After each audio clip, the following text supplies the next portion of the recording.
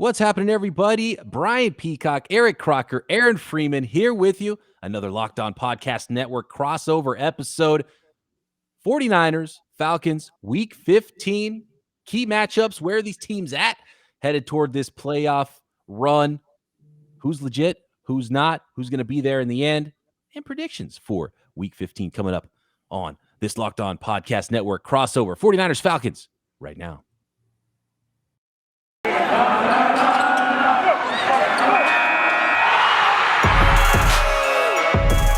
You are Locked On 49ers, your daily San Francisco 49ers podcast, part of the Locked On Podcast Network, your team every day.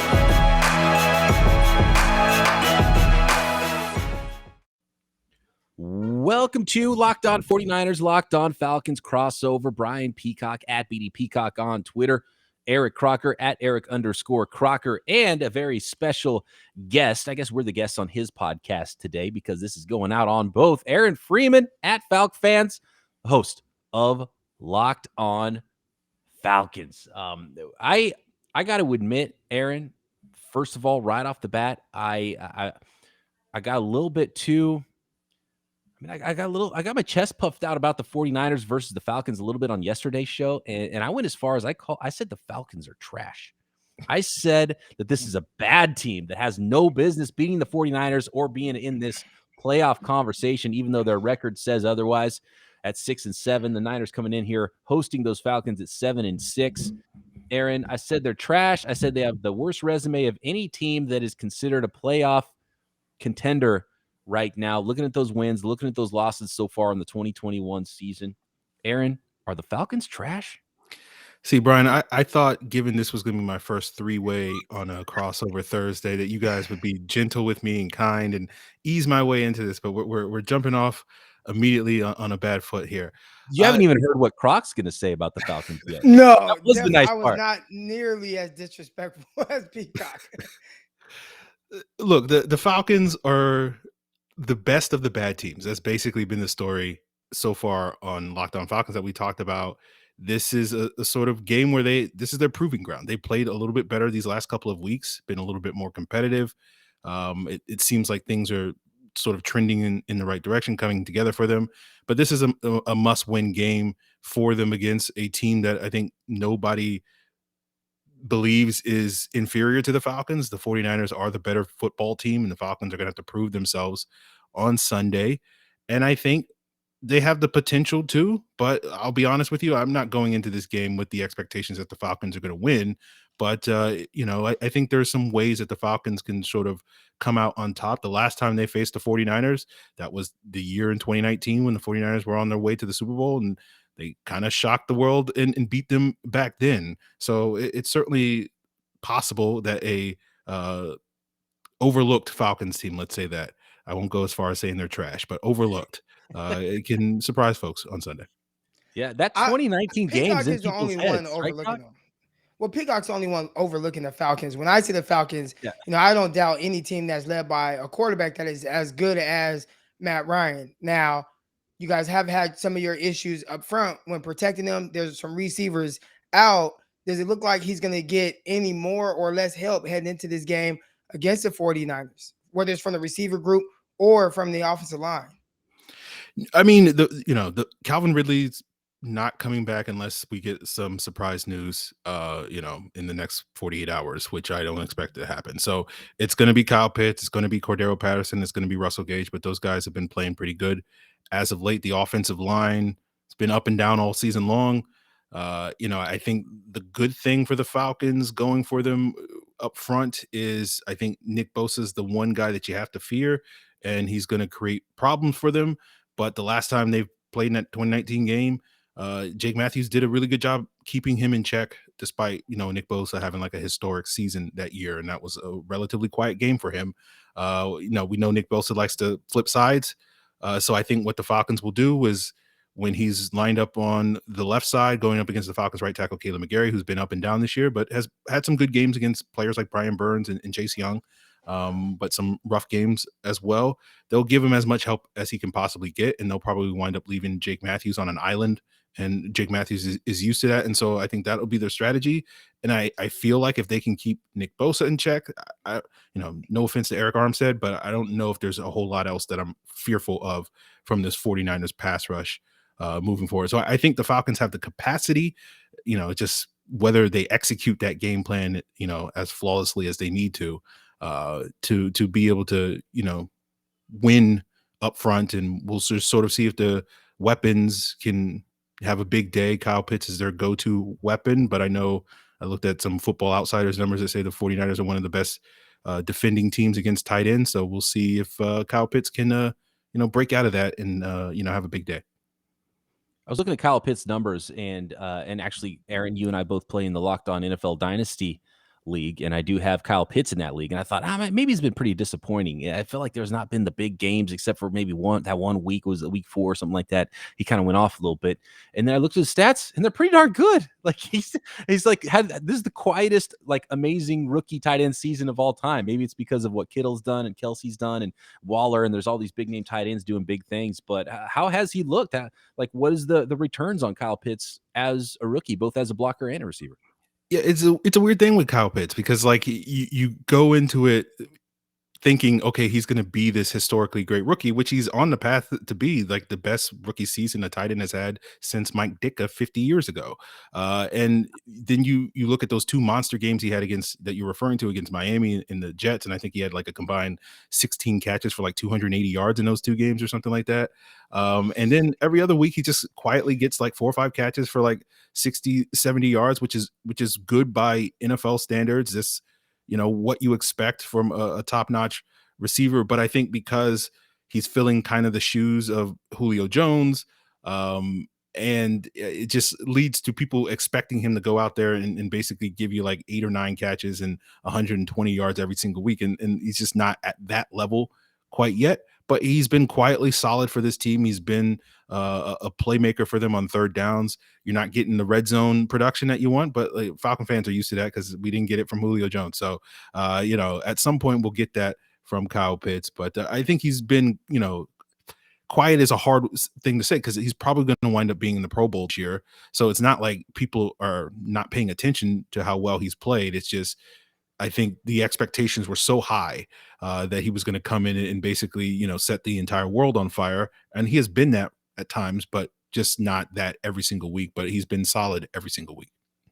When you look at the pass catchers that they have, and you talked about the 49ers defense, how they've done well against tight end, they've been up and down on the outside, whether it's, some guys getting penalties. Now the numbers say something a little different, but they have some liabilities on the outside. Do you think guys like Russell Gage or whoever else the Falcons have at receiver could potentially take advantage of having a Josh Norman out there, or potentially a rookie cornerback on the opposite side, whether it's Ambry Thomas or Diamador Lenore?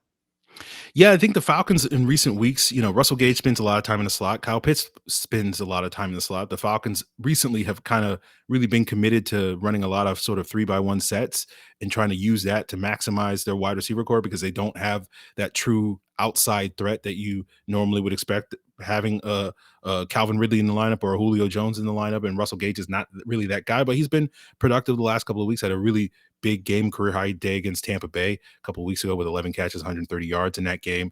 And so the Falcons have done some creative ways, I think, to try to maximize a relatively limited group of receivers. You also have Cordero Patterson, who can line up not only in the backfield, but in the slot and out wide as well, and has been contributing in that capacity. So the Falcons have options, but in terms of like a go-to threat that you're going to be sitting here saying, oh no, that we have to stop this guy, or else he's going to drop 80 or 100 yards on us or something like that. That's not really what the Falcons have at the position, but they have guys that, what they want to do offensively. They want to, run a balanced run first attack. I know you guys are familiar with that, watching Kyle Shanahan's offense, and, be in a position on third and manageable situations where they can convert, and they have plenty of guys that can fulfill that role if they can, establish the run, as they say, on those early downs and get into those third and manageables and get out of situations where a guy like Nick Bosa can really pin his ears back.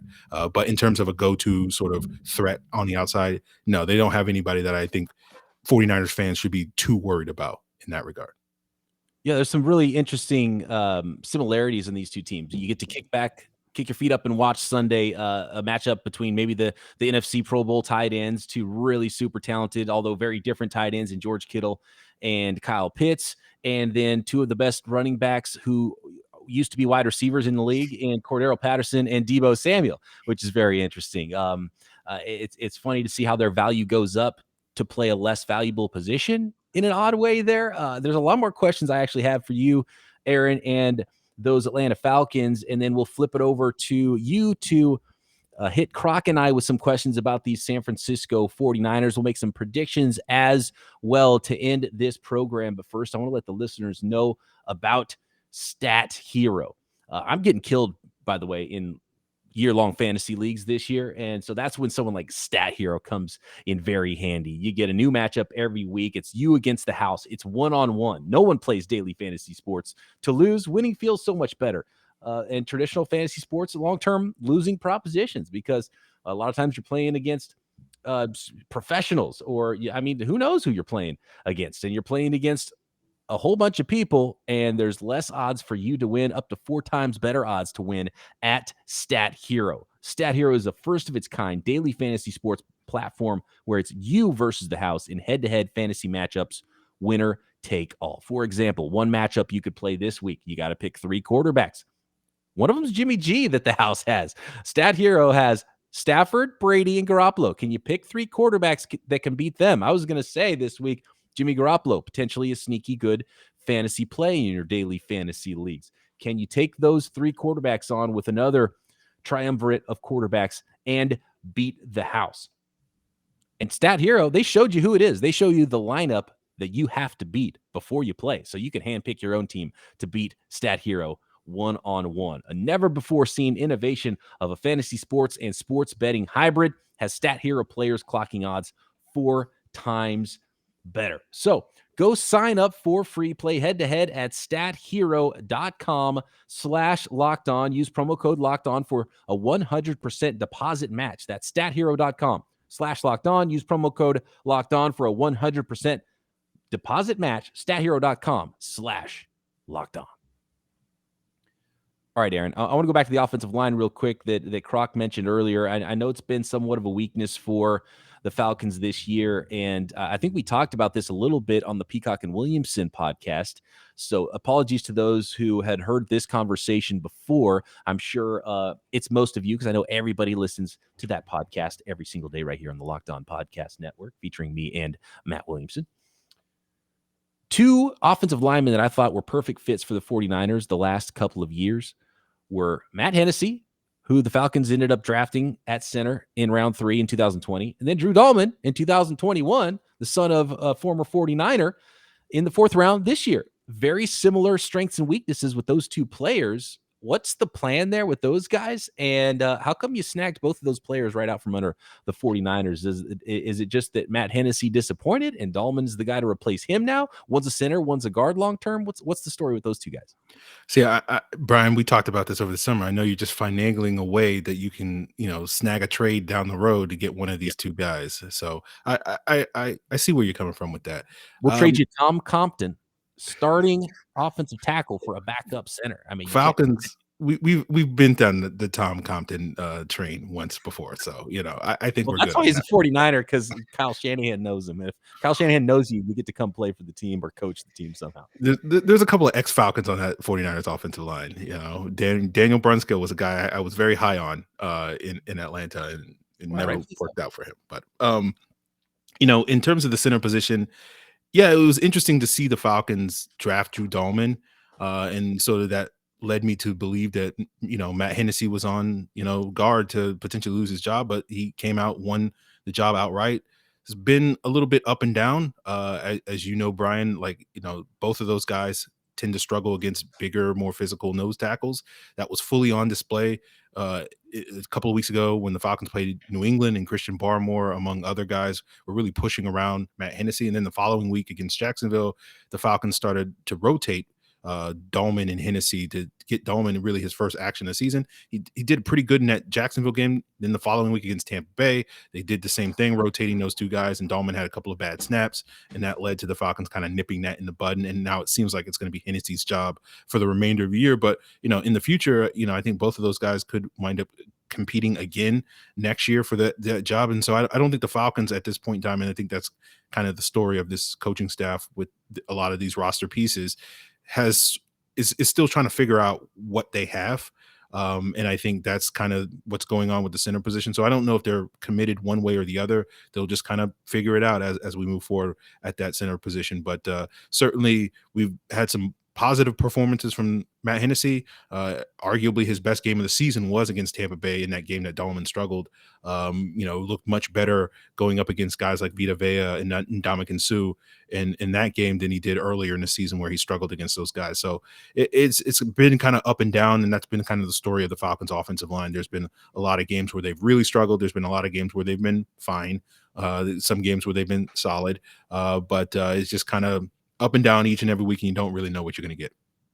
I do have a couple of quick questions about the defense, and we haven't really talked about Atlanta and their defense.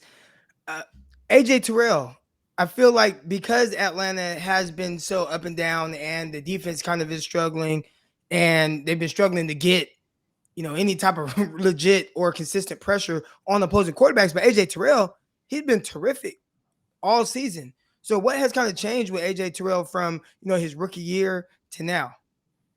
I think this year, we saw flashes of what AJ Terrell is doing now as a rookie, particularly at the end of the season. What happened in his rookie season was, you had Eric, I know you know this, but cornerback is a hard position to come and transition to the NFL, just given the quality of wide receivers that you're going to face on a weekly basis. And the Falcons had a murderer's row of wide receivers that they faced last year. It was like Devontae Adams, Allen Robinson this week, and then on and on. And towards the end of his rookie season, the Falcons tried to utilize him as a shadow corner, and he struggled in that role, shadowing guys like Mike Evans and Keenan Allen and Michael Thomas for a couple of games, and gave up a lot of catches in those 3 games. And then at the end of the season, the Falcons okay, after Mike Evans, I think, put up like 80 yards on him in one quarter, they were like, okay, we're going to stop doing that. And then they switched them back to just parking him on the left side of the defense and saying, shut down that side of the field. And in those final games going up against guys like Tyreek Hill and Antonio Brown, he pretty much shut that side of the field down. And that's basically where he picked up where he left off at the end of last season, and has basically just made the left side of the Falcons defense, the right side of opposing offenses, just kind of a no-fly zone with his ball hawking skills. When the Falcons play their man coverage, he's locked on those guys. I can't remember the exact numbers, but I think he's given up the least amount of yards and receptions in man coverage this year for any of the top corners or whatever the case may be. He just gave up his first touchdown in man coverage this past week to Robbie Anderson on a play. And so he's just been, whether the Falcons are playing their cover 2 or cover 3 zone, it's been a no-fly zone. And so it's just, he's just good. I guess I don't know the secret to it. It's just the instincts, the awareness, the ball skills. He checks all the boxes, and we've been seeing that on a weekly basis.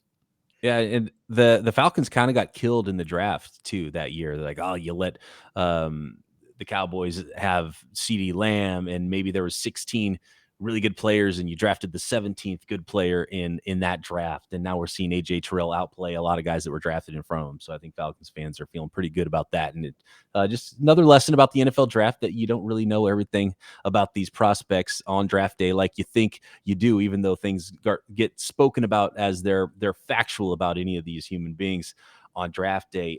Last note on the Falcons defense, where's the biggest weakness? Where can the 49ers beat the Falcons? If the score is in the 49ers' favor at the end of the day, what do you think went wrong on the defensive side of the ball? And is it something that's is it unique to this game, or is there somewhere that's this is what's been the problem all year?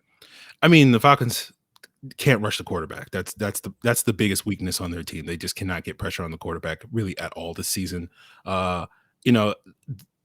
Because I'm so used to the Falcons not being able to get pressure on the quarterback, I don't even think about it anymore. It's just it's not going to happen. And you just kind of hope that, other things go right for them in that regard. I think probably specific to this matchup, you're worried about George Kittle. The Falcons don't really have a guy that can cover tight ends like that. The player that had been performing that role most of the season was Eric Harris. He's now out for the season with a torn pectoral muscle. His replacement, Jalen Hawkins, has flashed ability when he's been playing as basically a dime safety to be a little bit better of a matchup. But obviously George Kittle is just you're just not going to be able to do that in your real first action coming on the field and being able to lock that guy down. So I think, the combination of not being able to pressure the quarterback and probably letting George Kittle have another big day like he did in that 2019 game where I think he went for like 130 yards or something like that, is probably what is probably going to happen this week. But I think the thing that happened in that 2019 game was pretty much nobody else did anything for the 49ers, and it was basically just George Kittle every single time. And I guess that's a winning strategy. If it's just like the only person that catches a pass, if you can limit it to George Kittle and nobody else catches a pass, I guess that works for you. So maybe that's a formula the Falcons can repeat this week, and maybe they can have guys like AJ Terrell shut down Deebo Samuel or Brandon Ayuk, or at least one side of the field. So we'll sort of have to see if that works out this time. All right, Aaron, we got to give you a chance to grill us about these San Francisco 49ers. We got to make some predictions as well about this Week 15 matchup. And I know on Sunday when the Niners and Falcons game begins, I'm going to be comfortable. And I'm also going to be stylish because I'm going to be wearing some Stance socks. Founded in 2009, Stance Apparel represents a radical reinvention of socks, underwear, and active apparel. And I've got multiple pairs of socks and underwear from Stance. I've been gifted it in the past. It's an awesome holiday gift. Unique designs for anybody that's on your holiday shopping list. It's really high quality socks, whether you want, no shows or athletic socks, or you want dress socks, or just some casual socks that are unique that nobody else is going to have on the block. Wu-Tang Clan socks, come on. Goonies, Major League Baseball, NBA, you name it, you can find it at stance.com. Stance believes that the perfect fit matters more than fitting in, that those who feel good do good. Go see for yourself. Register for an account at stance.com and get 15% off your first purchase. Use promo code Locked On at checkout to apply. That's promo code Locked On at stance.com. Enjoy the color and comfort of a life less ordinary with Stance.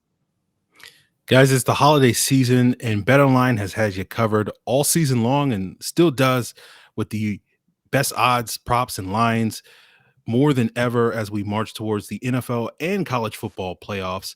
BetOnline remains your number one spot for all the sports betting action this season, from playoff football to regular season basketball and hockey to boxing, UFC, all the way to your favorite Vegas casino games. BetOnline is the fastest and easiest way to bet on all your favorite sports. If you're looking for what this line for this Falcons 49ers game this weekend is, it's the 49ers favored by 9 points. Maybe you feel good about that. If you do, why don't you just head over to the new updated desktop or mobile website at betonline.ag, sign up, and when you do, make sure you use the promo code Locked On. You'll get a 50% welcome bonus. That means if you deposit $200, you get $100 in free money to play with. Maybe you want to put that $100 on the Falcons or the 49ers. We'll see. But don't wait. Take advantage of all the amazing offers available at BetOnline, where the game starts. 9 points. That's a big line. That is a big line. 9 points. Bigger than I expected. We'll get to that. We'll get to those predictions coming up, Aaron. What do you got for us? What are you wondering about with this 2021 version of the San Francisco 49ers? Well, the Falcons are dealing with a situation with their quarterback where you're sitting, okay, what's the future with Matt Ryan long term? Next year, this year, all that sort of stuff. It seems like the 49ers have their plan, their long-term plan in place with Trey Lance, but I'm just curious, sort of Jimmy Garoppolo. What is the situation with Jimmy Garoppolo, his performance so far this season? From afar, again, I'm not watching as much 49ers as you guys, but it seems like it's a lot of up and down. It's just like barely good enough to sort of retain the job. And sort of, are you expecting that? Is that assessment wrong? Are you expecting that to continue this weekend? Just good enough to get you the W, and that's all you need from Jimmy Garoppolo. Croc, you want to take this one? I reluctantly, I don't know if Croc wants to answer it because he can't get off the fence about Jimmy G. 1 week he's giving him a game ball. The next week he wants him out the door. What do you think, Croc? Well, I think Mr. Freeman here is spot on with his evaluation of him. I think we don't know what to think about Jimmy, and it's not even so much from week to week. It's almost like from moment to moment. He can look bad throughout a game, but then have this stretch of looking like a top 5 quarterback in the NFL. Now, if you listen to 49er fans and what they think the 49ers have to do to win, it's, you got to run the ball 40 times. So essentially they're saying, take the game out of Jimmy Garoppolo's hands. So it's kind of confusing with their strategy or how they feel about the quarterback, but ultimately he definitely does enough to win games. And that's pretty much what he's been throughout his tenure with the 49ers, where they haven't asked him a lot of times to win games for them. They've leaned on the run game and a good defense. And then there's these little moments where it's like, all right, Jimmy, we need you to kind of step up just a little bit. And then in that moment, more times than not, he does, and it ends up resulting in a win. But, you can go through 3/4 of this game, maybe seeing one drive where you're like, okay, this is a starting NFL quarterback. The rest of it, you're going to be scratching your head like, what is this and why is it the rookie playing? And then when the 49ers need him most, you're going to be like, oh, okay, that must be the guy that Kyle Shanahan really likes. And then you'll see why Trey Lance hasn't really seen the field yet. Now, we talked about some of these other matchups. I want to talk a little bit about the defense, and I already sort of basically gave my opinion that, if you can keep Nick Bosa in check, contain him, as it were, you don't necessarily have a whole lot else to fear from this 49ers pass rush. Do you feel that that's a wrong assessment on my part? Is there somebody else that you guys feel like can really create havoc for this Falcons inconsistent offensive line? Yeah, consistently, there hasn't been another player stepping up with Nick Bosa. Nick Bosa's been awesome. He's been one of the top 5 guys. I won't fight you if you want to put TJ Watt and Myles Garrett above him, but, I'll start to fight if you start putting too many more guys ahead of Nick Bosa. That's how good he's been. And he's not only getting sacks, but he's getting pressure, and he's relentless, and he's a problem. He's moving around a lot more than he had his first year. And so I think it's pretty much up to him. He decides if he wants to be on the left, if he wants to be on the right. So you never quite know where he's going to be. And I think that's good to keep offenses honest. So it's harder to game plan for where your best pass rusher is going to be. And you mentioned Eric Armstead, and he's been kicked inside, which I think is a better place for him, but I expected more pressure as an interior rusher like we've seen from him in the past. The Niners defensive line has been pretty good against the run, and there was some problems against the run earlier on, but the front 7 has really shored that up. So really it's who's the second guy going to be given, any given week. And, there'll be a week where Arden Key shows up and plays really well, and it works out. And then one game, it'll be DJ Jones. He was fantastic a couple weeks ago. Or Eric Armstead will have a good week. So every week there seems to be one guy who kind of does step up, but it's really inconsistent. In some weeks, nobody else steps up. So I think you've nailed your assessment of Nick Bosa, the 49ers defensive line, and Jimmy Garoppolo correct so far. That's pretty much the way things have gone so far. But Nick Bosa is so good, and the guys playing behind him on the second level, Azeez Ojulari. Azeez Al-Shaair Ojulari. I'm going back to draft mode. He was one of my draft favorites that the 49ers passed on for Aaron Banks this year in the second round. Fred Warner is awesome. So those guys have been really good on the second level, which helps them out with both stuffing the run and when teams try to go over the middle of the field. So the 49ers defense has been bend, don't break. And if it wasn't for Nick Bosa, I think more times than not, the defense might break. But luckily for the 49ers, he's there and he's a problem. And I do think Arden Key, he's been a big beneficiary of having Nick Bosa on the opposite side of him. Arden Key in 37 games prior to signing with the 49ers, he had 3 total sacks. Now with the 49ers, he has 4 just this year. So he has definitely benefited from playing alongside Nick Bosa. And I almost feel like, he's the one guy who's kind of started to hit stride a little bit, and you see him popping up in games and, helping get some more pressure where we didn't know where the pressure was going to come from when D4 went down. And it's looking like right now 49ers might actually let D4 go in the coming days. So Arden Key, he's kind of been big in the sense of finding some more, production, but still it's all Nick Bosa. I actually saw a stat this morning, I believe it was, that Nick Bosa has like 26 or 28 quarterback hits, and the next person on the 49ers is Arden Key with like 7. So it's been all Nick Bosa and not much else. Yeah, and Arden Key doesn't even play that much, and Bosa gets doubled on he gets fully doubled on about 25% of his snaps, where there's two guys blocking him, and the other 75% of the snaps, it's a chip or something, essentially. So most pass rushing snaps, Bosa's got a little extra attention, has to deal with a lot. And when he's not doubled, he's doing a pretty good job at getting to the quarterback, and he's still fighting through double teams and getting to the quarterback a lot.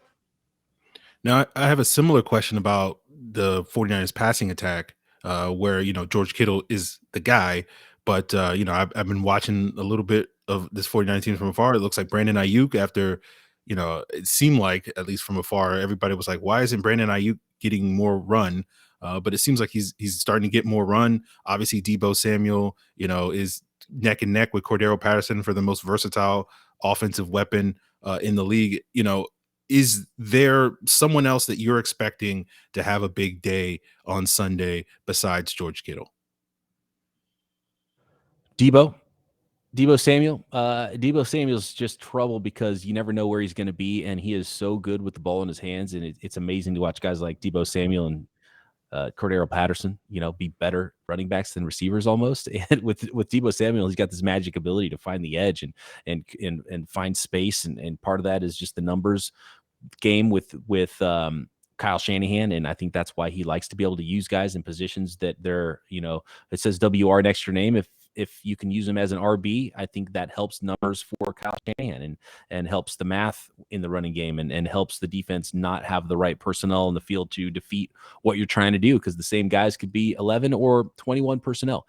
So that's, I think, key for the 49ers. I still want to see Deebo used more as a receiver again than a running back. Maybe use him 2 or 3 times as a running back instead of getting 1 catch and getting 8 carries. I think that's a little bit odd. And as he gets more healthy, I think maybe we'll see more regular usage. But it's been nice to see Kittle the last 2 weeks show up as your number 1 receiving option, with Deebo hurt or used more as a running back. And then Ayuk's really settled into not the number 1 role that a lot of people thought, but he's settling into a nice number 2 wide receiver role, kind of the number 3 option after Deebo and after Kittle. And we use Deebo a lot as a running back, then Ayuk can step up as a receiver and Kittle can step up as a receiver. So they have a lot of options now going forward. And Ayuk was for sure in the doghouse to start, and he's maybe not to the point where everyone expected he was going to be this year, but he's become a nice option on the outside and used a lot differently than both Kittle and Deebo Samuel. Okay. So that's going to do it for me with my 49ers question. I guess it's time to talk some predictions about what we expect to see on Sunday. Were you surprised as I was about the 9-point line? That's a big line for teams that are only separated by 1 game, 7-6 versus 6-7. Niners at home favored by 9. And look, the Niners record is only 2-4 and 2-4 at home. Falcons record on the road is 5-2. So if I don't know anything about these teams, and sometimes you're maybe too close to the fire and too clouded, if I'm just a bettor and I walk in and I see, okay, 6-7 at 7-6, this team's better on the road, this team's better at home, this team's on the road, this team's at home, 9 points, that's too many. I might just throw my money down on the Falcons. Is it that easy in this game? Like 9 points to the Falcons seems like an easy bet, even though I would for sure take the 49ers straight up at home. Yeah, I mean, I think you're right. My expectation for what the line was, so I was a little surprised to see it as at 9. I was thinking maybe it would be like 6 or 7 or something like that. A touchdown sort of gain, but I don't know exactly what the Falcons record is against the spread. It doesn't seem like it's good. Every time I pay attention to it, they don't cover. So, every time I feel good, they're going to cover this week, and they don't. So, they might be like 500 or something like that. So it may be just kind of a coin toss situation whether or not the Falcons will cover. But I would lean that direction. And of course, now that the Locked On Falcons listeners know, that's a kiss of death. That means the Falcons are going to get blown out by 40 points. Thank you. I appreciate you going there, Aaron. I like that. So, I would go 49ers money line and Falcons against the spread. But, in terms of a final score, I would imagine it'll probably be something in the realm of like 49ers 30, Falcons 24. And I think really the key for the Falcons, if they want to keep this game close, is to do what, Minnesota and Cincinnati or Minnesota and Seattle did and get maybe a special teams touchdown. Maybe we'll get Cordero Patterson getting his first kick return touchdown of the season. Maybe we'll get a fake punt touchdown or block punt or something like that can provide a little bit of juice for the Falcons. And because I think if they try to go blow for blow with this 49ers offense, they're not going to be able to keep pace with them. I just think the 49ers are better at this point in time in that regard. So defensive touchdown, maybe, who knows? They got a pick six the last 2 weeks. Their 2020 draft class has come through for them. Marlon Davidson 2 weeks ago. Who was it? Michael Walker last week. So Jalen Hawkins going to be starting his real first game, and you got AJ Terrell. So maybe one of those guys is due for a pick six. Jimmy Garoppolo, you guys talk about being up and down. Maybe we'll get one of those bad throws, and it'll go the other way, and maybe that'll help the Falcons out with their cover. He's going to throw one. Do they catch it? That's the question. He hit Jesse Bates between the 3 and the 0 on his chest last week in that late. So he was a clutch drive because he didn't catch it, but it could have been a pick six the other way. That's the narrow line we're talking about. And I like where you went with that. Yeah, like a special teams touchdown, a turnover, defensive touchdown, something like that to really skew things in the Falcons' favor is kind of what I would see with the Falcons actually upsetting and beating the 49ers straight up. Croc, 3 for 3. What do you think? Yeah, I definitely like the 49ers, but the spread is too big. And my biggest reason why is because more times than not, the 49ers do things to keep opposing teams in the game. So I'm kind of banking on the 49ers to show, who they have been by, turning the ball over or doing some weird things, committing a bunch of penalties that make this game closer than it has to be. So I like the 49ers, but again, like you, Freeman, I'm talking about, 49ers money line. If I had to give a score, I would probably go with a score along the lines of what you said as well, 30-24 or, 31-23, something along those lines. 49ers defense typically does a good job of not giving up a ton of points. So I kind of lean more towards that, but yeah, 31-23, something along those lines, but it might even be closer than that, depending on which 49ers team shows up, the undisciplined one or the one that just runs the ball 40 times to kind of limit the opportunity to turn the ball over. I almost feel like the 45.5 over under is the best bet here to go over that. I think this has an opportunity to be a high scoring game, weather permitting. There's a chance there's a little bit of water on the ground, a little bit of rain, but I think it's going to be dry. And in that case, maybe you go take the over in this one. Yeah, I think if we do get maybe some weather there, both of these teams do like to run the football, so that necessarily isn't a conducive to getting these big shootout type of performances. So maybe that will play a factor. So folks, you pay attention to your weather apps. Maybe want to switch that bet on Sunday morning or whatever. Pay attention to your weather apps, and that'll tell you who to start in your fantasy leagues, and that'll tell you which way to bet on the over-under. Week 15, Falcons at 49ers. Falcons are done if they lose this one, Aaron? It's over? I would say so. They have to kind of go 3-1 over this last 4 weeks. I don't think the 7 seed is getting in it with an 8-9 record, and certainly not the Falcons with the tiebreakers basically not in their favor. So they got to finish 9-8 to really have a shot. And no offense to 49ers fans, I think the Bills are going to be a much tougher matchup than the 49ers are. So this is their most winnable of their unwinnable games. So I think they kind of have to win this one. Yeah, it's a big swing for the Niners. I mean, this is a really important game. The Niners could go to 90% chance of making the playoffs or a 30% chance of making the playoffs if they win or lose this game Sunday. So it's a big one. Playoffs on the line at Levi's Stadium. Aaron, thank you so much for doing this crossover with us at BD Peacock, at Eric_Crocker, and at Falc Fans on Twitter. Thanks for making Locked On Falcons and Locked On 49ers your first listens every day. We'll be back tomorrow right at our normal spots right here. Thanks for listening. Talk to you then.